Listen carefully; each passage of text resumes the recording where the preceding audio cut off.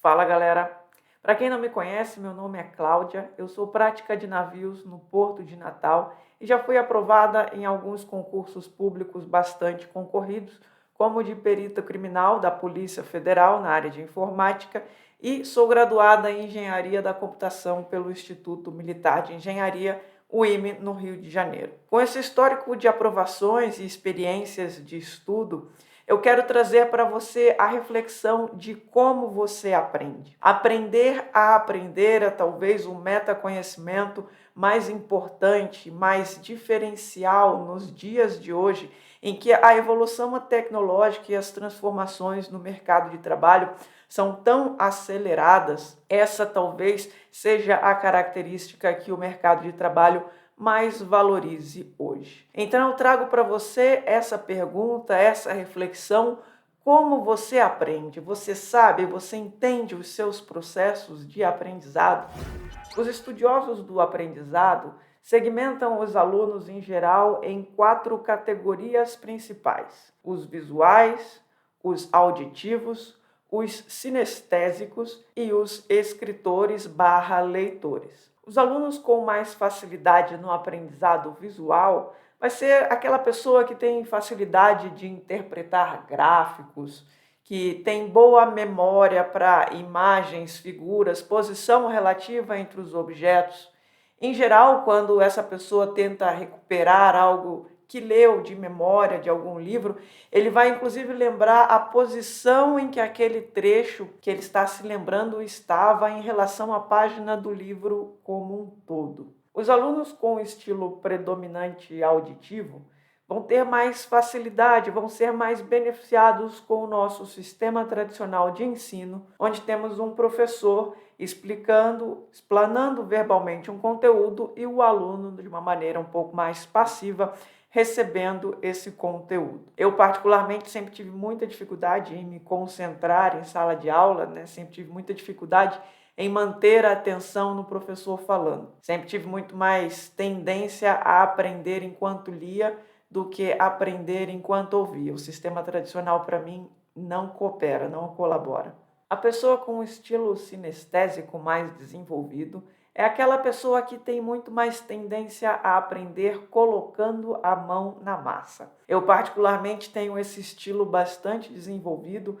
Quando aprendo alguma coisa, tenho a tendência de ler alguma coisa introdutória e já querer começar a praticar, querer colocar esse conhecimento em prática para, dessa forma, desenvolver e fixar mais aquilo que foi aprendido. Finalmente, temos o aluno leitor/escritor, que aprende de forma mais eficiente e mais natural através das leituras ou através de um processo de reescrita. Essa separação entre os estilos de aprendizagem não devem ser vistos como estilos isolados, como capacidades estanques que não se comunicam. Eu, por exemplo, tenho uma capacidade de aprendizado através da leitura bem desenvolvida, talvez seja o meu estilo dominante, mas também posso aprender através da escuta, posso aprender através da realização de atividades práticas. É possível que você tenha um estilo predominante a partir das experiências de vida e das possibilidades das suas experiências de aprendizado até agora. Muito provavelmente você desenvolveu mais um desses estilos. Mas nada impede que você tenha outros estilos acessórios que suportem esse estilo principal, e nada impede também que você, através de atividades, de treinamentos, foque em desenvolver esses outros estilos que, de certa forma, estão sendo subutilizados. Eu acredito nessa plasticidade da capacidade cerebral de evoluir, de aprender, de formar novas conexões, explorando esses nichos, esses estilos e essas capacidades que não estão sendo plenamente aproveitadas por você. O cérebro é muito similar a um músculo nesse sentido. Quanto mais ele for trabalhado, quanto mais ele for submetido a esforços, quanto mais você tirar ele da zona de conforto, ele vai se tornar mais robusto, mais forte, mais estruturado e mais capacitado a resolver problemas no seu dia a dia. Todo o processo de aprendizado envolve a estruturação de novas conexões entre os seus neurônios. É preciso estabelecer novos padrões cerebrais. Você pode tentar visualizar o padrão cerebral de uma forma mais ilustrativa, imaginando, por exemplo, uma colina, uma montanha, e nessa montanha existem alguns lugares por onde a água escorre. Quando chove, a água repetidamente volta a escorrer por algum córrego, por algum riacho, por aqueles trechos mais baixos que o chão já encontra-se ali meio que escavado, com uma certa profundidade naquela região, de tão recorrente que é o fluxo de água naquele pedaço, naquele trecho quando chove. Assim é o seu cérebro e os seus hábitos. Quando você está diante de uma situação que exige alguma reação, algum posicionamento, o seu cérebro tende a reverter para aquela posição de menor resistência, para aquele lugar onde você habitualmente vai, para aquela resposta habitual do seu padrão cerebral usual. Para criar um novo padrão cerebral ou desenvolver uma habilidade cerebral que você não tem tão desenvolvida, é preciso fazer um esforço consciente. Assim como no caso da ilustração das montanhas, das colinas, seria necessário uma mudança, um esforço de mudança do fluxo daquele líquido quando a chuva cai. Seria preciso reverter o fluxo de algum rio, de algum córrego, seja escavando um pouco mais o leito, aumentando a profundidade ou desviando o curso de algum deles. Da mesma forma, assim é o nosso processo de recriação de padrões cerebrais. Você pode desenvolver exercícios, por exemplo, que integram todos os estilos de aprendizado e assim fortalecer aqueles estilos que você não tem muito desenvolvido. Através da repetição de exercícios, você pode focar também em desenvolver especificamente um dos estilos que você acha que pode facilitar a sua vida de alguma forma. O importante é entender que o seu cérebro pode ser trabalhado através de exercícios e sua capacidade de aprendizado pode ser muito potencializada. Você já sabe que se você for para a academia e trabalhar os seus músculos, o seu bíceps, por exemplo, pode até chegar a dobrar de tamanho.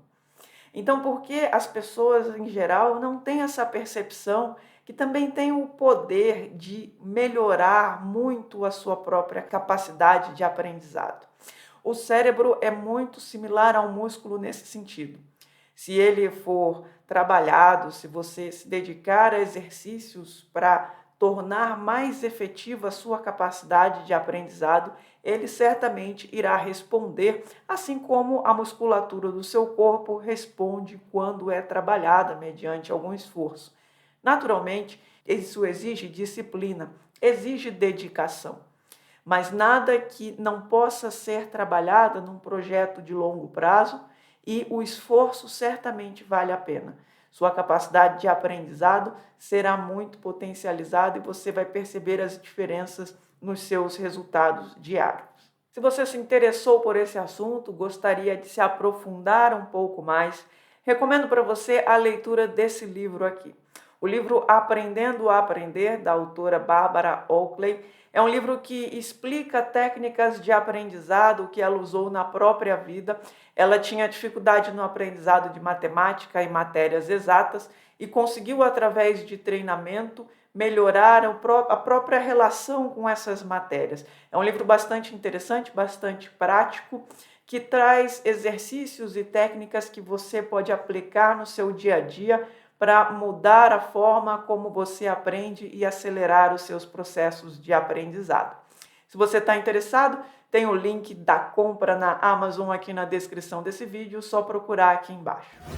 Eu costumo receber dos meus seguidores perguntas do tipo: Cláudia, eu sou uma pessoa mediana, será que eu consigo passar na prova de prática? Eu costumo não acreditar nesses rótulos, eu não costumo acreditar nesses rótulos que as pessoas recebem e acabam aceitando e vivendo de acordo com esses rótulos por toda uma vida. Por um motivo ou por outro, acaba sendo conveniente de alguma forma acreditar nesse rótulo.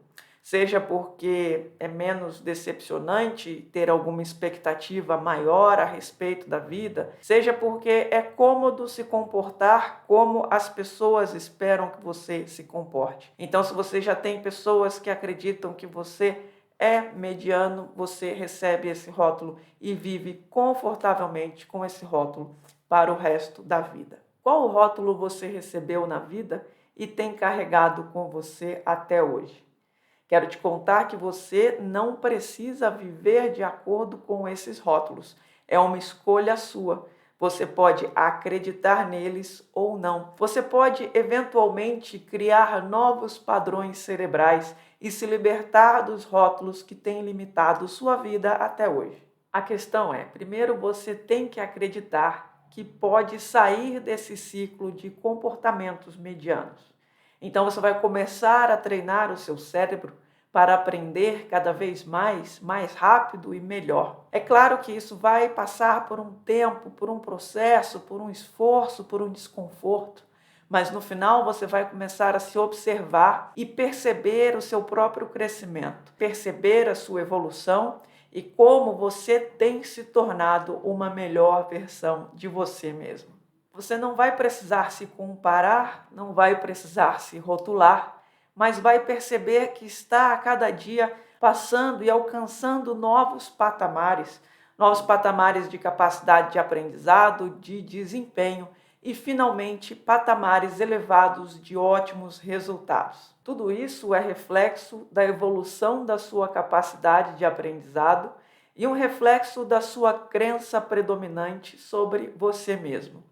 E eu faço essa pergunta reflexiva: qual a história, qual a narrativa que você conta de você para você mesmo? No final, essa é a história, é a narrativa mais importante de todas. E só você tem a capacidade de reescrever essa história, reescrever essa narrativa a partir de decisões e atitudes diferentes e cada vez melhores. Me despeço enviando vibrações transformadoras para a sua vida. Tchau.